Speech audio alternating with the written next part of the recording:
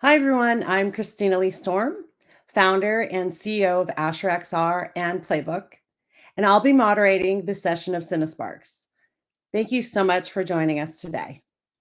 Our friends at Christie invited us to speak to you, up-and-coming talents and techs in cinema and moving pictures, as part of its CineSparks Webinar Series, created for emerging filmmakers, screenwriters, cinematographers, and engineers. Today, we have experienced VFX and digital workflow professionals here today, and we're excited to share their journeys and, more importantly, how technology is transforming workflows in post-production. They'll talk about their challenges and successes, and hopefully you'll take away information you could apply in your own careers. So before we get started, I just want to go over a few housekeeping things about this webinar. The webinar will be recorded. Use the chat area to talk amongst yourselves. Use the Q&A panel to ask questions of the speakers, and we'll answer as many of them at the end.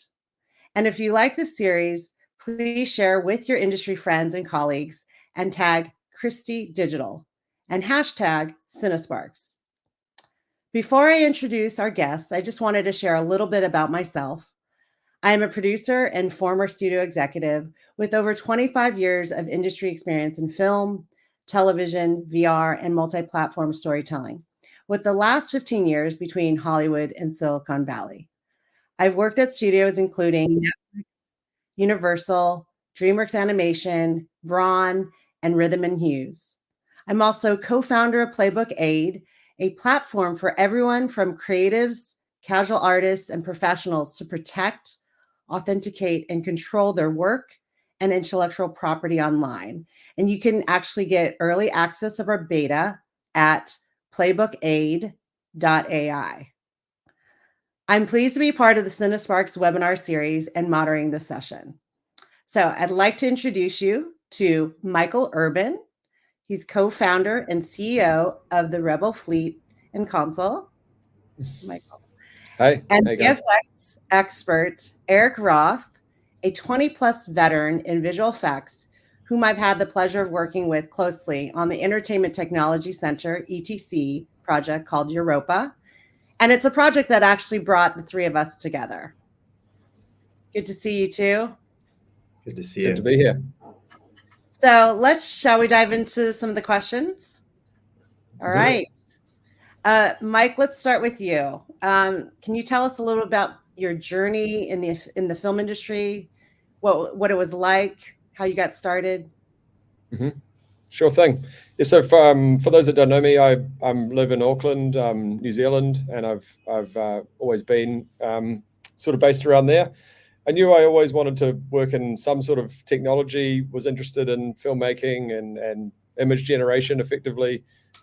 Did some study, worked as an editor, quite enjoyed that, but then ended up working as a lighting assistant and quite enjoyed that, but then ended up working in news at a TV station. They had a automated newsroom that they needed figuring out and configuring, which was really cool until we pretty much automated everything. And then it was quite boring because it was really easy to run.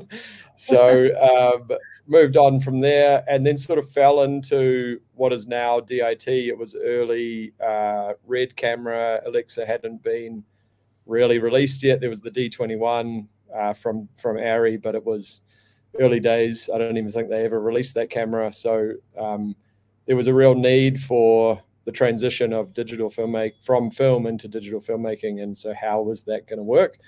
And, you know, some things are lucky in your life. And I just happened to enter the industry right at that time and didn't really know much about it because no one really knew anything about it. But over time kind of figured out what the sort of bare minimum was or what the things that needed to be done to be a DIT. And then that evolved into more of what is a modern DIT, which is live color grading on set and image capture and color pipeline and framing and camera debias settings and all the complexities that go in with that. So I was a DIT on a few movies and TV series, before starting the Rebel Fleet about 10 years ago. I mean, that's amazing because you went literally from like analog, I guess you could say, to like digital. So it's pretty exciting to see that you leaned in and the trajectory. So you have like a wealth of knowledge in this space. It's great. Thank you so much. Eric, I love to ask you the same question. Like, No what was your worries. journey in the film industry been like for you? Yeah, it's definitely not been a linear journey, which has been the fun part of it. I went to school for advertising, and just to kind of start there, what I liked about it was not only the creativeness of it, but that I got into commercials pretty fast. And once I saw a post facility, I went, oh, okay, I'm totally in the wrong career. So I took a big left turn, started learning about animation, visual effects, and then got my first job, just kind of doing small jobs here and there to work in visual effects. After that, one thing led to another of finding opportunities in LA, which led me on a journey heading over to ILM. Really had an amazing experience there. Jumped over to a couple more studios, and then where Christina, you and I had some similar paths as I was working at DreamWorks for a little over 13 years. There I learned how to be a lighter and compositor. And that was an amazing thing. But during that time, I really got interested in tools and how they worked. And then jumping ahead, I started taking courses in real time, learned Unreal, then got really excited about virtual production. And so as those who know about virtual production, it's not only the execution of the creativity, but having to figure out how all these tools work together, which got really exciting and just sort of got inundated with all kinds of new, exciting technology. And that's how my career has continued from there. More lately, other than working with you at ETC, which was an amazing and ongoing collaboration, I've also lately been consulting for companies and technology solutions in production. So yeah, that's been my latest and greatest opportunities to work with companies to help solve their sort of more complex problems and solutions. That's great. It's interesting. It's because I think when we met on set and we were talking and working on the Europa project, like we hadn't really crossed paths so much at DreamWorks. Yeah. And what was interesting is DreamWorks Animation is like a large studio, but the tail end, like the last couple of years when I was there, we were the group that I was part of, the advanced creative technology team. We really leaned in hard on, real-time technologies, everything from game engine and running the mocap stage. Yeah. And that was like, the outlier to set to a little bit of a degree from like the main, feature pipeline that you're on, and then how things sort of converge and have evolved. And it's kind of neat to see more and more, like, especially I get to work with, someone like you and other folks are coming and really understanding like new tools and things like that. So yeah, and it's cool because of what you're saying too. A lot of people have similar paths because they learned that original discipline, right, and then saw how it crossed over into real time. So yeah, like when I was doing VR at DreamWorks, I was like, that primes you for anything that you're going to face, like emerging technology. So yeah. So we're like, you went through, you sort of did a turn with VFX and animation, but like looking back, were there any lessons learned maybe that you wish that you had learned sooner when you were starting your journey into visual effects and animation?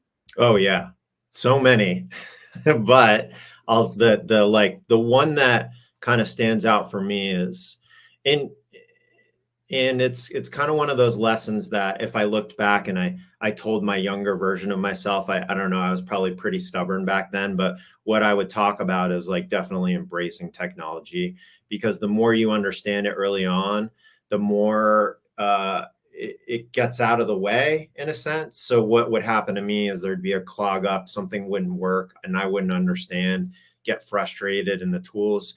I need help on this. It's not working. It's not rendering. Why is this? And then I finally sort of said, okay, it's time to look under the hood, started reading manuals, started, listening to, reading articles, watching interviews, and realized, okay, this isn't as complicated as I think it is. But that took years of convincing myself of like, this is a technology job, right? I'm an artist, but I also have to understand the tools. I can't just wing it. And so early on, maybe the advice would be, hey, it's not as complicated as you think. Just sit down for a minute and figure it out. And I think because of that, there was like a little bit of a bumpy entry for me of just like not, getting stuck on simple solutions. So yeah, that aspect of it took a little time. That's great. That's super. I think a lot of people get nervous about the technical aspects of things, and they're like, I'm not technical. Yeah. How many times have you heard that? And I think it's a kind of like a lie, it's like, no, you can be. And it's just, maybe more of a mindset and curiosity. Yeah. Just like last thought on that is I went to art school, right? I didn't go to film school. It was sort of taking general art classes. So when I first started taking these jobs, people were telling me, you got to learn these 5 tools and I was like, how dare you? I'm an artist. I don't need to know these things. Right. But ended up that was technology was everything, Yeah. So. That's great. Yeah. Okay. So Mike, I really am so curious, about your journey and how, if you could share why you decided to start the Rebel Fleet. Was it something because you saw a need in the industry or you could see something coming? If you could share just a little bit about that, that would be amazing. Yeah, sure. I mean, in very basic terms, at the beginning anyway, I was working as a DIT on set. I wanted to own some equipment. I had a young family. Well, I still have a family, but they're not so young anymore. And, needed to pay the bills, basically. So I was like, okay, well, at least if we own the equipment, then, that the rest will kind of figure itself out. And then very quickly, we realized that, again, that the industry was sort of transitioning more and more into digital. The industry in New Zealand was continuing to grow with local and international productions getting made, and generally speaking, those international productions have quite high expectations, which is great. And so then we just effectively responded to what the market was requiring, which was more robust technical solutions around DAT, video assist, and dailies.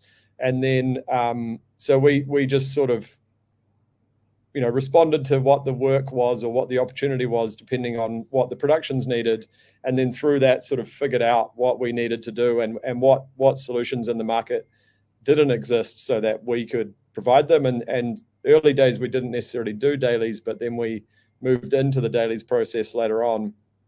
And then once we did that, we realized that actually there's all this information which is being created through the digital filmmaking process from all sorts of different places, which is not ending up where it needs to go.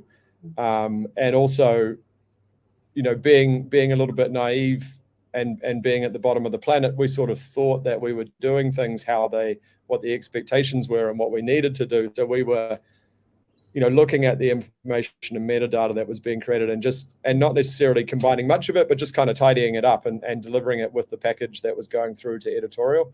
And then as we learned more about the industry, made more contacts, got to meet more people, understood, worked with more editorial teams and VFX teams and things like that, we got to understand what the broader scope of the sort of technical side of filmmaking is. Like we're not really, you guys are talking about the creative process and your involvement in that. Although we work in a creative industry, our day-to-day at the Rebel Fleet is really technical. It's zeros and ones, it's framing, it's maths, it's like replication of data, it's quite methodical and technical. And so but the cool thing is that we get to, that's our contribution to the creative process. We're not there to figure out how the script gets translated so that it resonates with how the emotion of the scene. I've no idea. And don't put me in that situation, and I'm never going to try and think that I am going to know it. But how can we best support the creative people to deliver what they need through technical solutions is sort of where we've ended up, I suppose. Yeah. Yeah, and it's so needed. And we're seeing as technology continues to evolve and advance and disrupt our industry, it's you're like a little bit ahead in some degrees, but that's amazing. And we're going to circle back on that. I want to do a little bit deeper dive on that, but I do have a question I want to ask the two of you, because I think that a lot of folks are, we're in a little bit of a disruptive time. So I'd love to ask you, what's going to change in the industry in the next 5 to 10 years? So if you're, you go first, Eric. I think some of the things that we're starting to touch on lately, and we'll probably talk about this later, is my guess, but definitely the flow of data, the way cloud is working right now with compute. I think that it's working in practice, but I think there's room for improvement. And I think that's going to be a big thing, where it's going to be very seamless no matter where you are and what hardware you're using, that we'll be able to just kind of log in. We're starting to do that in terms of these sort of like VFX cloud stations, but there's still some like hoops you have to go through. And I'm excited for that to just be a more seamless process. And then when that is, then it just creates so much more accessibility throughout the planet, like kind of leveling the playing field for anyone to be working with. Because if anything, what I learned at ETC is like, there literally are people all over excited to not only try things out, but learn. Otherwise, I wouldn't be talking with Mike, right? Across the planet. And so other than you being a day ahead, 90% of the time we're communicating as if you're like down the street. So I'm more excited about it being a worldwide accessible process versus it being kind of a localized thing. Last thing I'll say about that is like, it goes back to this conversation is something that's just, I keep hearing over and over lately about this technology aspect, with people like Mike in the world kind of taking a lot of the complexity on. It helps us as the creatives just make sure none of that gets in the way, because in the early days of virtual production, which is what I do a lot of work in, you would hear stories about, well, this didn't work and that didn't work. But, you kind of needed to go through those growing pains. And so step by step, we start doing more and more of it, and it gets a little easier. And then you can then focus on the story and what we're trying to achieve. So all that streamlining and efficiency is important for the future. Yeah. And, seeing the virtual production sort of mature and grow, and more people being skilled, and more teams being available, I think that's everything. So Mike, how about you? What's going to change? What do you see change in the industry in the next 5 to 10 years? I think that I've been thinking about this a lot lately, and trying to relate it to other parts of some other industries that are similar to ours, and thinking about how technology has really disrupted them over time. And, the area that we're all sort of talking about, and I assume a lot of the people who are on the webinar are involved in or will be involved in, is the scripted, content creation. And generally speaking, it's labor intensive, it's expensive, it's time consuming. And I think that, we're sort of in the last bastion of major technological disruption and democratization of a lot of those tools. And that is scary and exciting. I've got a 19-year-old son, and he's been around our business, for the last 10 years, and he's got a camera, and he's got a laptop, and he goes out and he makes content, and it's great, and so if you think about, but still his tools are relatively limited on what he can do with that content on a time and effort basis. But I think that we're just going to see more of the tools and more of the high end access to what is considered now high end VFX or motion capture or virtual production, just cheaper and cheaper and more accessible over time for people. Which, on the exciting part is that, okay, cool, well, you've got some creatives who don't have access to $100 million, but they can get access to $10 million. and they can make, in 10 years time, or 5 years time, they can make a movie which by today's standards would be $50-60 million movie. But because of, the level of integration and automation and access to tools and like Eric was saying, cloud and things like that, then it really starts to bring together a lot of that technology. And if you can streamline the pipeline and the workflow and really just empower that creative process, then I feel like you're going to get more content for less. What does that mean for all of us? What does that mean for my 19-year-old son? Probably good things if he's a content creator. Probably not great things if he wants a life in roto. To put it bluntly. Yeah. So I don't know if that answered all your question. Yeah, no, it's good. I like to tee that up because a lot of people, we're thought leaders in the space of technology and entertainment, and I think a lot of people want to know sort of what we're thinking, what are we seeing, So I'll switch gears a little bit. As back to the Entertainment Technology Center, ETC, Europa project, I was the co-executive producer and the virtual production advisor on it. And we knew, wow, we're going to do a lot of work on set. It was a short film, but it had just so many amazing partners as like yourself, Michael. And we had a lot of information running through. So the honest truth is there's a lot of information on set that starts there, but tends to not get pushed downstream, into post-production. So everything from data from like the script supervisor, camera, color, VFX, set data, sound, and really the problem set is like you have all of this information gathered, yet doesn't get passed, or maybe is passed or partial, and things are siloed, and there's really no real efficiency.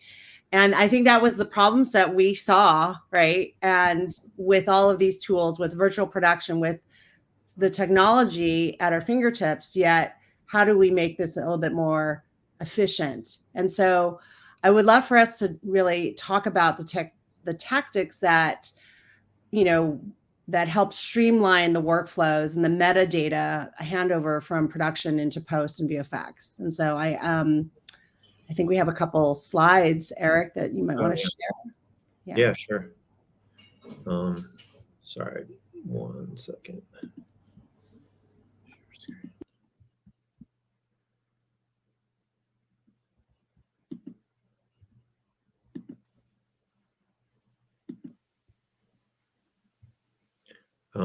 Yeah, I can talk through these a little bit. Yeah. Can you see okay? Mm-hmm. This is the one with, Yeah, so this is just, I have a few shots here that kind of show kind of some of the setups we did at Europa. As mentioned, we were trying out a lot of new things, including working with the Rebel fleet. And this was camera tracking. So there was a lot of things that we were actually trying to pull. I'll just talk about this really briefly. I won't go too deep into it, but just since you see this picture here with this techno crane, it's a great example of like how much is being plugged into our process. And so what we were able to do is, in working with the Rebel fleet, we kind of organized, and Mike can talk on this more specifically, but we had sort of pre-planned this idea of like, how much information can we gather? Is it something that you guys can pull from all directions, whether it's from the camera, from the script, from the VFX team, and just kind of put it all in one place so that when we need to look up the shots, it's all there. I'll go in a little bit deeper in what that means and why that's important, but let's just kind of, I can step through my slides real quick of talking about the production. So as the VFX supervisor on this show, we talked about the things that were the key things for this show. And one was, obviously pre-planning, making sure we were all on the same page as early as possible. So that's something I always advise on teams. Sometimes you get thrown into the mix a little later when you're trying to solve problems, But people always ask, when should the VFX supervisor be there to be involved? And I would say as soon as possible, as early, because there are things that I've experienced as well as other VFX supervisors that might help solve problems in terms of how they would approach it. And then the other thing is, as I touched upon, the onset capture of the metadata. Mike, I don't know, maybe this is a good time for you to talk about this a little bit as to how you guys were dealing with the metadata? Sure thing. Yeah. So do you have that? I don't know if it's in this pack. Do you have that slide that shows the kind of workflow? I have, yes, this one here. Yeah, it has a little bit of it. Yeah. So just to sort of go back a little bit, we were talking to Eric Weaver at ETC about being involved in Europa, but weren't really sure exactly how we were going to fit into the piece, and then realized that like a lot of other productions out there, especially that have a heavy VFX element, they have a problem around getting the metadata to the right place. And so, sort of the journey that I talked about with what we've been doing at Rebel Fleet for the last 10 years is how do we be part of the solution instead of part of the problem of getting this information, into the right place and where it needs to go. And so we've developed Console, which is a metadata collation and distribution tool to then, receive all of that information from an on-set environment and deliver it down the pipeline in a meaningful way, whether it's to editorial, back to production, to the studio, into the VFX pipeline. So really flexible on how we receive the data coming in. So it can come from script supervisor, DIT, video assist, visual effects, on-set, lens, virtual production. We've even done some tests around capturing real-time DMX data from the lights and, how that can be used in a really meaningful way down the pipeline, because we realized that a lot of what happens in the VFX space is that they are sort of running a lot of the time, and correct me if I'm wrong, Eric, but it seems like a lot of the time they're running sort of in parallel to the production, and it's like they're sort of doing their own thing and no one really kind of knows what that weird VFX department does on set, but they sort of need to be there in order for stuff to happen. And so they're trying to extract whatever information they can get their hands on. And also they're creating a whole lot of information that they think that they need, even though other people are creating that same information and there's no real sort of collaboration between. But there's also stuff that other people are creating or generating that they would love to get their hands on, but they don't know how, or they don't know where it is, or they can't get it consistently or whatever. So within Console, we sort of bring all of that stuff together, and then we've created really dynamic output, so we can inject it. We can run the VFX pools and inject that data frame by frame into the XR. We can deliver it as an ALE. We can integrate directly with an API into ShotGrid. All the different ways to try and help build out that VFX pipeline. So that's kind of the overall theory, I suppose. And then we got to we use it a lot. We use Console a lot on productions, but we got to really I think one of the cool things about Europa is we kind of got to move at a pace where we got to have a think about things before we got too heavy into it, which has been great to be like, how is this actually going to benefit us, instead of just sprinting to the finish. So it's been great to collaborate and get feedback from Eric's team and say, okay, this is cool, but what about this? How can we make that better? That kind of stuff. So as you can see here, we're collecting information from lots of different places. And then up there to the right, we did pretty much the whole production in the cloud. Dailies and Console was all running in AWS, and Avid was running in AWS, wasn't it? So yeah. And part of the VFX workflow. So yeah, it was really centralized. And those who are familiar with the Movie Labs 2030 vision, there's a lot of sort of a push to get centralizing a lot of this data. Yeah. So one thing that was interesting too, in that the desire for Europa was, getting all that data, sending it over to the Rebel Fleet, using Console. You all are ahead. So when we would wrap then the next morning dailies would be ready, and we could actually, as I would like to say, rock and roll with the metadata, you know, and our editorial could use it immediately, as well as Eric's team. So to that point, Eric, I'd love for you to maybe even highlight what were some of the specifics that you saw, like the benefits immediately. Yeah, it was pretty amazing. So there's a couple of things here, just to sort of backtrack a little bit, just to sort of talk about like what problem were we trying to solve. And this is a problem that I've been like banging my head up against the wall for pretty much ever since I've worked in VFX, which is we receive plates. It could be last minute and we have to solve a problem. And we're lucky if we get any sort of information. And if we do, it could be like an image that somebody took on set and you're not totally sure if it's from the right shot. Like the list goes on and on about how complex it becomes sometimes of actually gathering some of that data, right? And that's why they have people on set sometimes too, just to be like, well, everyone's too busy. Let me just make sure we get our own data and send it on. So our goal, and what I talked to Mike about, was just this idea of like, let's not make it a mystery. If there's information out there, let's organize it and gather it. And they were so on board for every idea that we were creating of like, can I put all this information in the image, meaning like an EXR image. So if you take just a single image and you actually look at the metadata, it could have you know, the camera model, the lens, story points, like all these things.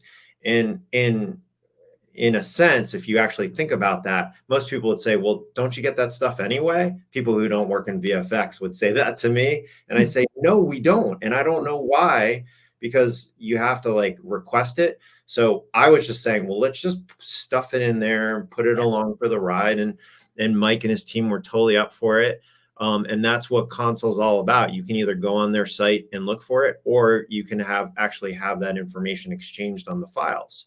And there'll be no mystery. It tells, the image itself will tell the story.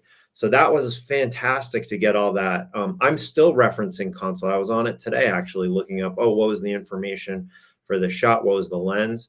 So it's been very liberating to not actually have to call a single person when I need information, and I can just go on the site and look for it. Yeah.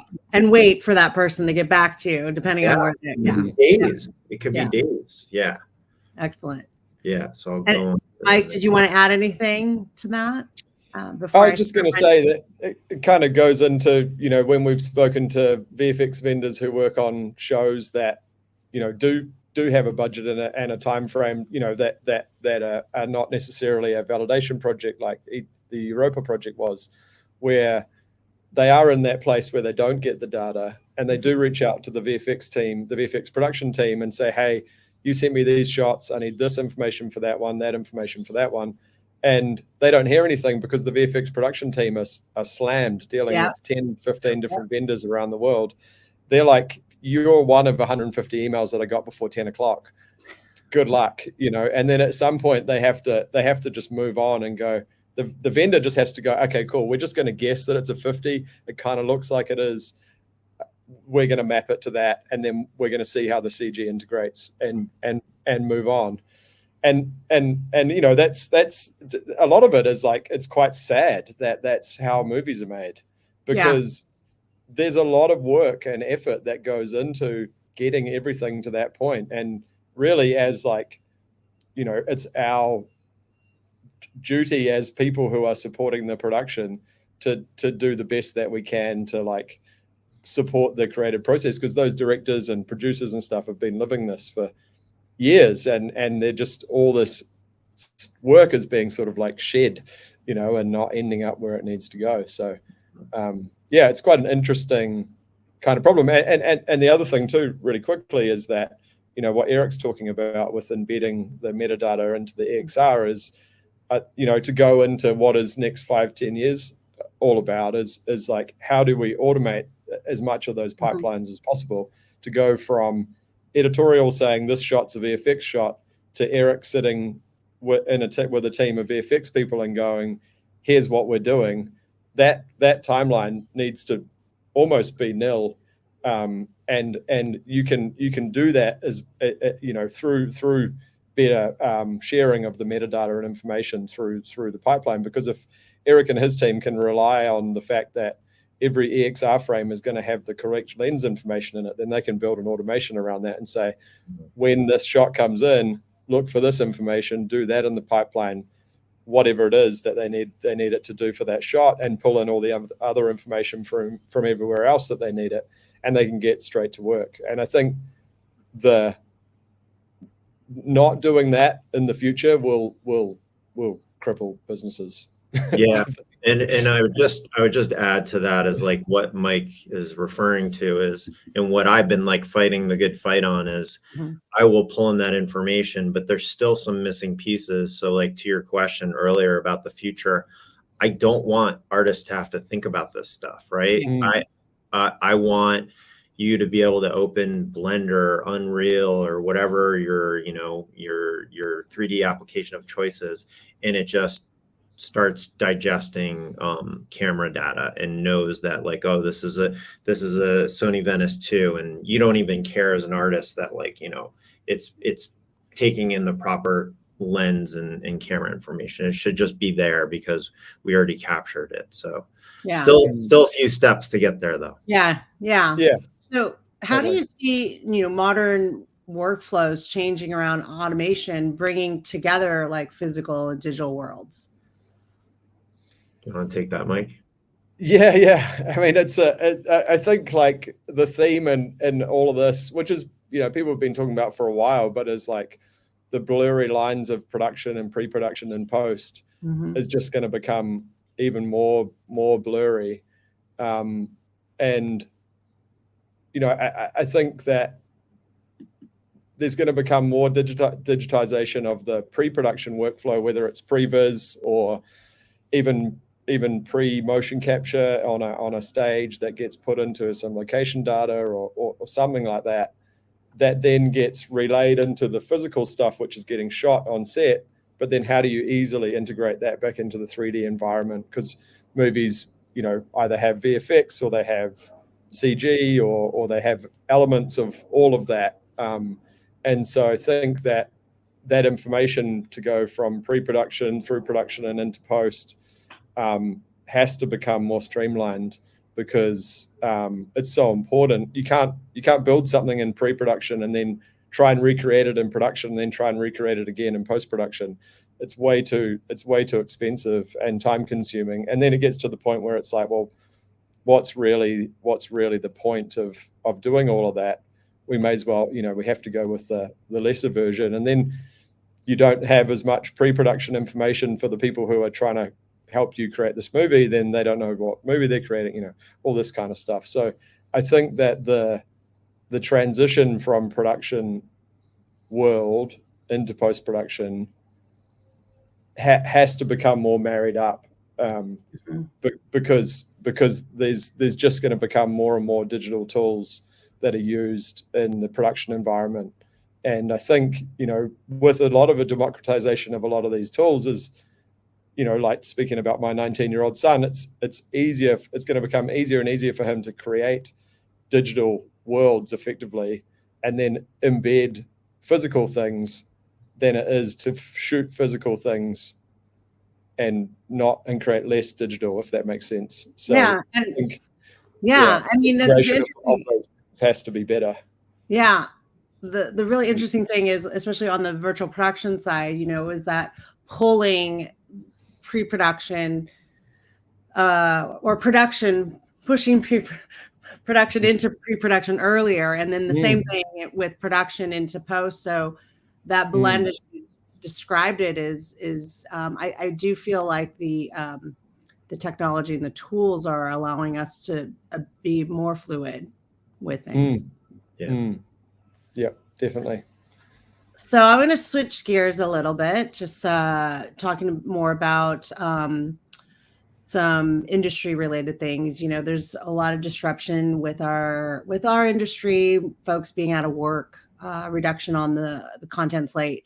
How have you been able to keep yourself we'll just say working, maybe relevant all these years when the market is constantly fluctuating? I can start. Yeah. So it's not easy, right? I would definitely not pretend to say that the last year or so since the strike has been easy for anyone, but I think I'm the type of person that doesn't like to sit still. I have to solve problems one way or another. And that's probably what's made me successful, is trying to understand, going back to my curiosity of trying to learn tools and understand them. So I was getting busy at first when work got slow, of like learning about things, going to talks, meeting up with people, getting myself involved with projects like ETC, which that was probably the best thing that had happened to me, because then I met people like Christina and Mike, and I mean my connections like doubled, if not tripled, since then, of just like having opportunities to meet with people and have interesting problems to solve. That was probably my biggest saving grace. But I would say for those, I've talked to a lot of friends that have worked in the industry just as long as I have, and they refined and sharpened one or two skills really well. And I just feel like that's not, to me, my perspective is that's not necessarily what this business is about. It's about finding solutions to be creative. That was my job for a while, was like empowering artists to be creative with any and every tool. Mike talked about this earlier, of like finding tools that were more accessible. I knew that there were things that were pitched to me of like, oh, this cool tool can motion capture an actor, or this can automate this or that. And when there were too many steps involved, I said, no way, an artist is not going to want to deal with this technology. So if it's a click away, or there is an efficiency to it, to like, going back to that idea of like empowering you to be creative, that's what it's all about for me. Yeah. That's great. How about you, Mike? Yeah, I don't know if it's relevant to everybody here, but I thought I could answer it more from like operating a business in this world. But, we've got 15 employees and 40 or so freelancers who work with us on a regular basis. And I've had a few opportunities to listen to some older people, some people who've been around in the industry much longer, and a lot of the common kind of theme is like, don't get too big too soon. Like the industry does do this a lot, and so just really focus on what you can do with what you've got. And but over time we've grown bigger and bigger, and we've become better and better and being able to do more work. So it's not about just staying small necessarily. It's just being, I suppose, in a way, like kind of don't believe the hype too much, because there are times, if we could all go back to 2018 when we're just, everybody in the world's making like an insane amount of TV series, which are great because they shoot for 20 to 25 weeks. Awesome. But we all knew at the time that it's not sustainable. So like, how can we maintain relevance in the industry and then be still be sustainable in that? And then from a technology perspective, we're just constantly looking at, like, whenever we are looking at buying technology, it is always a conversation around, okay, this is for now, but what is it in the future, and where is that going? If we're looking at an HDR monitor, okay, cool, this is the first HDR monitor delivered by someone, probably shouldn't buy that one. We should probably just say to the client, we can't do HDR right now because we're not confident that the monitor is going to be good enough. But now we've gotten to a point where they're cheap enough, they're good enough, they're reliable enough, and they're going to last 5 or so years. They're not going to last 3 months, and then you spend $20,000 and you have to go buy another one.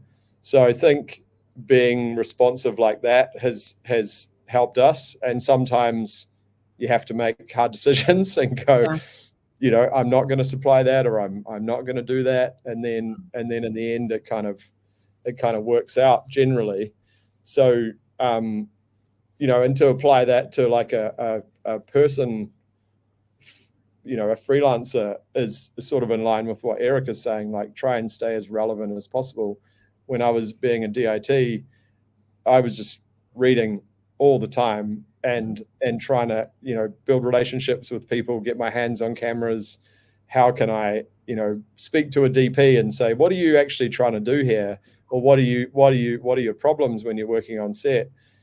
And then try and figure out what they are. And then also, we're working on productions with DPs who have shot, at the time, like X-Men or I don't know, some massive movies. I'm not doing a very good job remembering them, but then how do they work, and how do they work with a DIT? What's their expectations around workflow? Mm-hmm. and then it's all about the client. It's like, it doesn't matter what it is. Like if you're a freelancer, it's the person who's employed you, and you have to be there for them and give them the best experience possible. Yeah.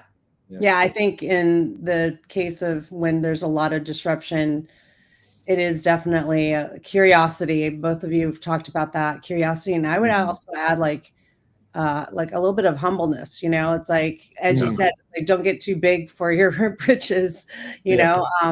Stay humble, stay curious. Okay, so we're actually. Oh, go ahead. I was just going to say really quick, I think the thing that I've gotten to appreciate more and more over time is actually how small this industry is. Yes. It's tiny. It is. And everyone knows everyone. And everyone knows everyone. To someone. Actually, yeah. And so it pays to do good work.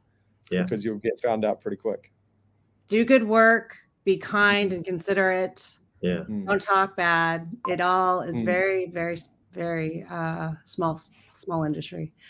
Okay, so we're nearing the end of this session. So I want to invite our guests and attendees to please submit questions for Mike and Eric to the Q&A panel. I'm going to start on a question here, but we'll try to get to as many questions as we can. So let me start with the first question that we got, which was, so for you, Mike and Eric, think about where do you think the industry will be in terms of audience experience? Wow.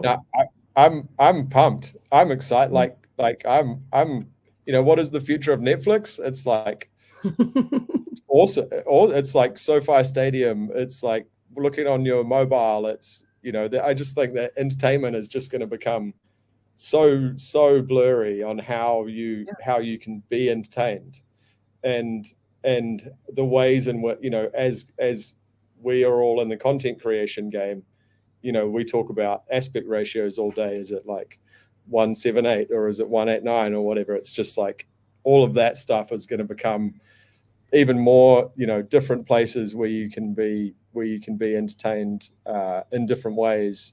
And it will be physical things that happen, and it will be cinema. People talk about the death of cinema. I don't think so. I love going to the movies. I don't go very often though, so I don't know how sustainable it is. But when I do go, I enjoy it.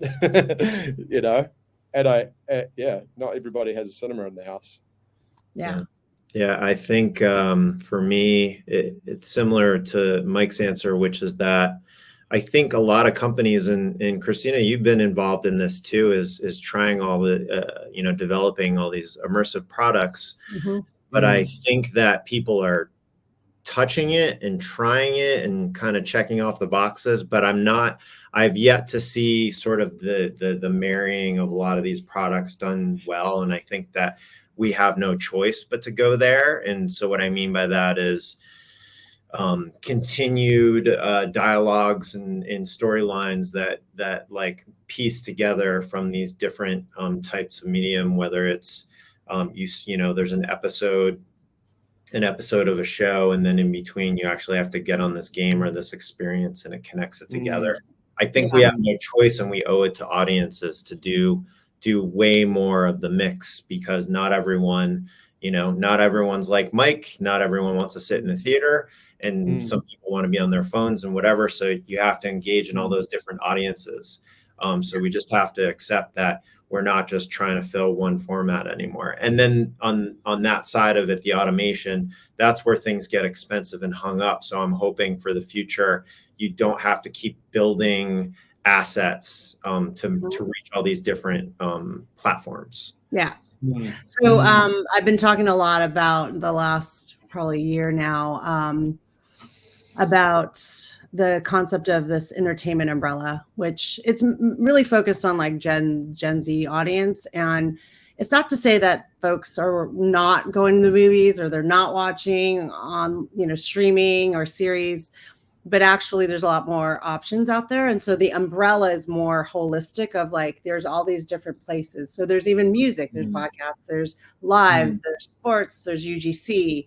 And that's really what's interesting. And I think, having, grown up in the business of the last 30 years, it's like we saw a transition from, like, I went to the movies probably twice a week, right? As like when I was middle school, high school, I loved going to the theater. If I was living in Australia, I'd probably run into you, Mike. But and then, television was, we've seen this rise. And so that was the concept of that. But I think being the Television Academy, the governor for the Emerging Media Program and Peer Group, which is really about multi-platform storytelling, we are seeing through we had given out 2 different Emmys about some interesting concepts of interactive, immersive type of content from 2 different groups. One was What If, which was on the Apple Vision Pro from ILM Immersive. And then there was another one called Silent Hill Ascension, which was really coming out of a game, but it was really, you could be participatory as an audience member and sort of add to that. So what's neat about the emerging media programming is that you can kind of see sort of folks testing those waters out, but it really resides as everything we know, storytelling. We've been talking about storytelling and creativity. So, okay, Eric, I got a question for you. Someone checked out your IMDb page. So the question is, how was working on Star Wars Attack of the Clones, where George Lucas was pushing technology with many different innovations at the same time, different compared to other productions you've worked on? I'll start with that, and then there's a little bit of follow-up question to that. That's an interesting question. I mean, it was fun. We'll put the technology aside for a second, because that was my first time getting to work on such a big film like that. So I was an excited kid every day working with some of the best VFX soups on the planet, right? I worked side by side with John Knoll, and I every day had to like pinch myself, right? That was the first time they used an HD camera on a production. So the stories that I was hearing was like it weighed 200 pounds or something crazy. And actually, now that I spoiled that for all of you, when you look at the film, there's not a lot of camera movement going on. It was really hard. There was some panning, but even the panning was like kind of a little slow, and I wouldn't use the word stuttery, but there were some restrictions. Back then too, we were definitely, the thing that I've always found that's a consistent theme, and I think it really started, that was my first experience of that, was like, there's always this pressure to push the bar a little bit. And so I think I would argue we were kind of throwing too many things at it. And so that did cause some issues sometimes where we had to resolve things. But it's funny, like each film I look at the past and I watch it and I'm like, ooh, we were just trying to figure out how to pull keys back then, right? Like there's lots of things that are so easy and not at all a struggle, but back then it was quite an accomplishment just to get like a good, solid, believable comp going. So different times for sure. You basically answered the second part of the question that this person had, which was, what lessons and technology advances did you experience while working on the film? So I mean, I learned so much during it because those were the early days where I was actually not on the compositing team. I was doing layout, and so I didn't even know what that meant when I worked on it, because I was doing like camera match move, and so they threw me into layout, and so we were solving problems, and that, I mean, that informed me of my future for sure. It's like literally building digital scenes that didn't exist, and we would have to look at the footage and then decide how does this marry into the story. And so those moments and lessons of being with these legends, still, like, I hear their voices of problems that I solved. I mean, literally, that was my education of 3 years working at ILM. I learned, just packed in so much information. Yeah, that's awesome. This person says, "Thank you for being a part of my favorite film of all time." Okay, we got another question. So when you first get a script and begin the process of breaking the script down, at what point do you determine what needs to be executed in post and what during physical production? And how would these decisions affect budgetary issues? And then I'll just read the rest of it so you get to think about it too. And is it critical to do previs to determine what could be done during physical production and what needs to be done in post? So many things in that discussion point. I actually want to hear, I can answer some of that, but I also I'm curious, because I don't know in terms of Mike, like where he jumps into the story. So I want to hear his answer, but I'll just say previs is everything. It's so important to do, but I also there's times where it's not executed right, or it's just sort of like a check mark of like, hey, we took care of previs for you. And it's like, well, wait, we didn't have discussions about it. So I would say kind of some of the problems sometimes is that, like, if I was to build a perfect scenario, it might actually cost some more money to be spent on the front end that would solve problems on the back end. Just people are like, don't want to spend money at the beginning, right? Because they're like, well, we just really need the writer, the director, maybe the cinematographer and a producer. And I'm like, no, that's not at all the situation. We need to be solving problems early, because you might think this is $100 million movie, but it might not be. You might not need that kind of money, right? You could probably shoot some practical things that you think are just going to get figured out in post. So I want to have those conversations as early as possible. You know, people ask me all the time, because I teach a virtual production class, is that how do you know when virtual production is right and when it's wrong? And a lot of times, which people are kind of caught off guard by me answering this way, a lot of times it's, no, you shouldn't use virtual production for this, right? Same here. I will say, yeah, there's no need to do that. You know, depending on like, so many different questions, you know. And 100%, if somebody says we want to shoot the whole thing on a volume stage, I'm already going to be skeptical about what you're trying to accomplish, right? But I want to hear from Mike, like, when do you guys join in, and what part of the process are you giving input on?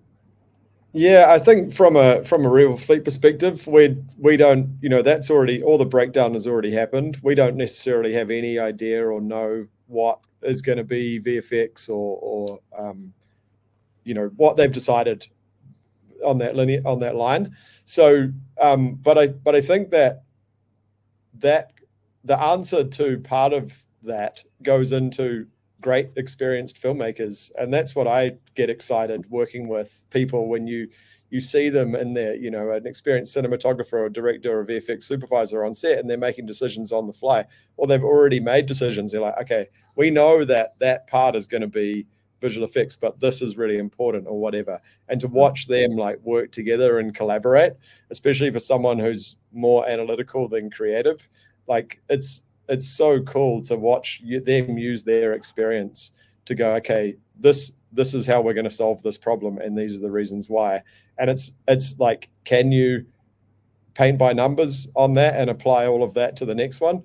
No, you can't. And that's why they're experienced filmmakers, and they go and work in all different places and different skill sets. Like, some people, like you say, have experience in virtual production, some have experience in shooting rom-coms, some have whatever. So it's kind of you get the right people around you to kind of do that. And then I suppose from a console perspective, like, we have we've definitely had people coming to us going, can we get the pre-production breakdown into pre-populating consoles, so when we do shoot this stuff, it can backwards populate.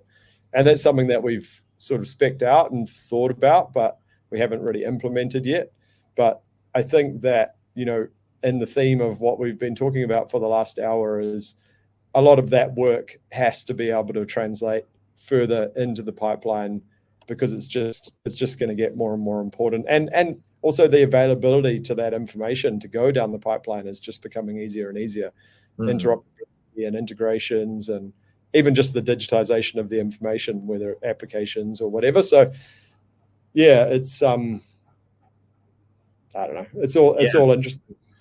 Something you touched upon, I'll just quickly wrap up that idea. I love what you said about, VFX supervisors. Like, that's what I always aimed for, is watching the craft of that. And so one thing that I have to deal with on set is, to Christina's question, how much pre-planning? Well, it doesn't matter how much you pre-plan, right? Because stuff happens on set. And so people come up to me all the time and they're like, okay, this didn't work, that didn't work, and we have to shift the schedule today. So what do you want to do about what you had set up? And before I open my mouth, I better have at least an A/B plan, A/B, possibly C, figured out in my head while they're talking and their hair's on fire. Okay, we can. I have to be the one that has to come up with an answer. So yeah, that's right. But and it has to. I think it has to be.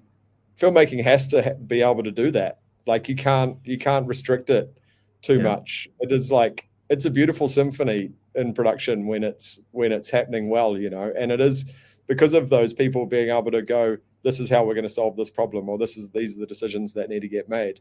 And you just deal with it later on, because I think if it is, too structured, it's going to feel that way on the other end, I think. Agreed. Yeah. It has to be fluid. Well, this is, if you can believe it, we are at time. We're at, we finished the full hour, and it's gone by amazingly fast. And I just want to thank everyone for joining us. And we want to wish you well in your careers. And I do want to thank Mike and Eric for sharing your experiences with the audience. It's been great to just have this conversation together.